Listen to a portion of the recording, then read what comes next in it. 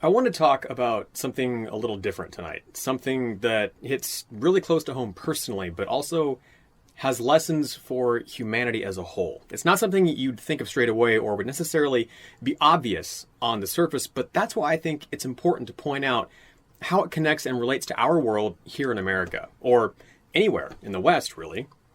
I want to talk about Lebanon. Ba-na. Pearson Sharp.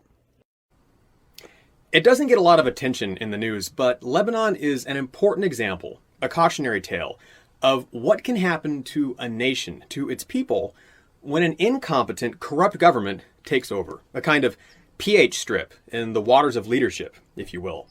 Most people don't know much about Lebanon, and that included me too, until I met my wife, whose whole family is Lebanese and was born and raised there herself. I got the chance to visit back in 2018 when I went to Syria to investigate the chemical attacks.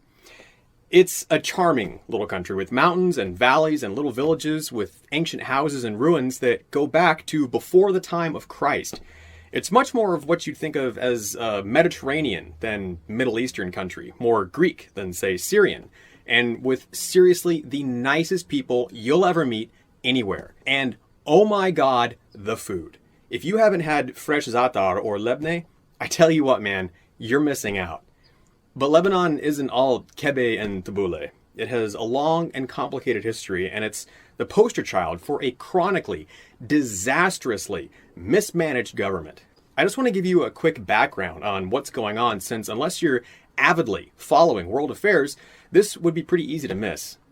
Today, it's not an overstatement to say that Lebanon is on the brink of collapse, and it wouldn't surprise me at all if civil war broke out soon. And it's only been a few decades since their last civil war, so that's saying something. Right now, Lebanon's economy is basically in free fall. They're suffering from hyperinflation to the tune of about 400% in the last year and a half. Lebanon's GDP absolutely tanked, falling from about $55 billion in 2018 to just $33 billion in 2020, about a 40% drop. To put that in perspective, Lebanon is currently experiencing one of the three worst economic depressions in the entire world in nearly 200 years. The money has lost all its value, and people are scrambling to buy anything that won't depreciate. Cars, land, jewelry, even art. Just something that'll keep its value.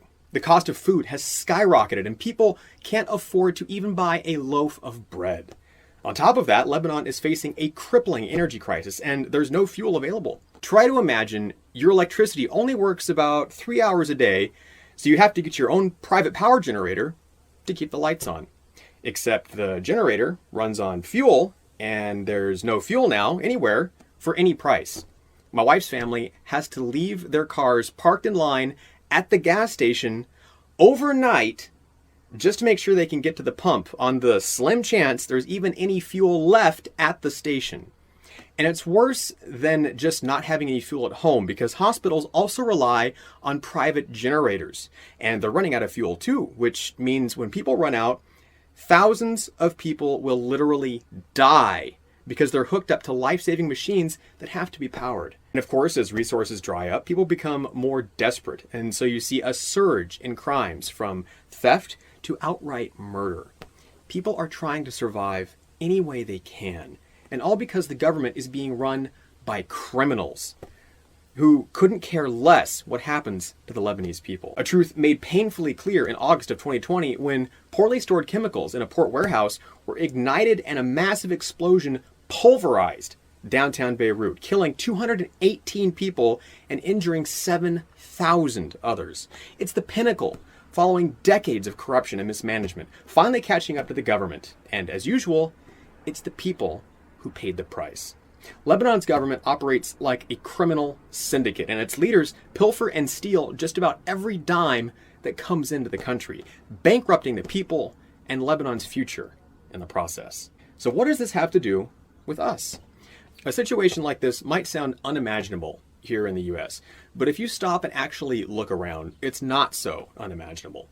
In fact, it's happening right now. A major warning sign that a country is in real trouble is product scarcity. One of the best things about being in America the last 60 or 70 years is that whatever you wanted, whatever you imagined or dreamt up or suddenly had a hankering for, you could just go right out and get it.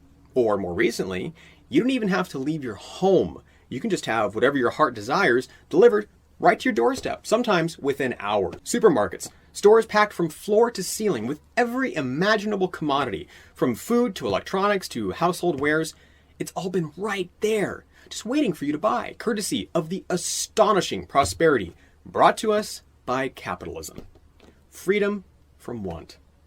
Everything here is cheap and easy to get. It's a defining characteristic of living in America and something we've all just taken for granted. Or it has been until recently. First, it was the chip shortage. Everything from cars to computers needs silicon microchips, and when factories closed during the pandemic, they dried up. New cars have been put on hold as manufacturers scramble to get their hands on computer chips, and the price of used cars are soaring. Now it's food. Prices of key products like milk and bread and eggs are through the roof, and sometimes you can't even find what you're looking for. And I don't know if you've tried to buy a house lately, but holy cats, house prices going up $30,000 a month in San Diego. And that's to say nothing of building a house. Prices on everything from lumber to paint to nails are astronomically high, and that's if you can find them. Here in California, we're also facing a man-made water crisis. We could build dams and reservoirs and desalination plants, but we don't. We're facing an energy crisis here too, using too much green energy and not enough real energy, and so we've got brownouts and rolling blackouts, like Lebanon. I got a letter in the mail the other day from our energy provider, SDG&E, and it blew my mind. They actually requested that we shut off all our electronic devices and turn up or turn off our thermostats to save energy and prevent a strain on the energy grid. Are you friggin' kidding me? This is the United States of America. Build more freaking power plants. We should not be having an energy crisis. There's no need for it.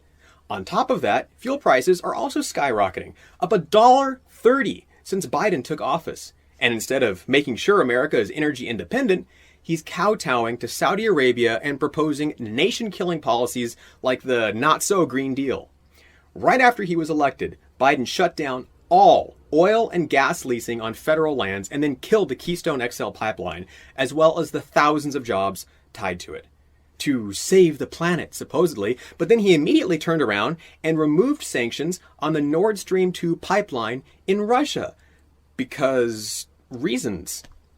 This is not how you secure energy independence. U.S. consumer confidence is dive bombing. Food and gas prices are soaring, and inflation? It's going up faster than it has in over 30 years. The White House and Federal Reserve keep saying, nah, it's fine.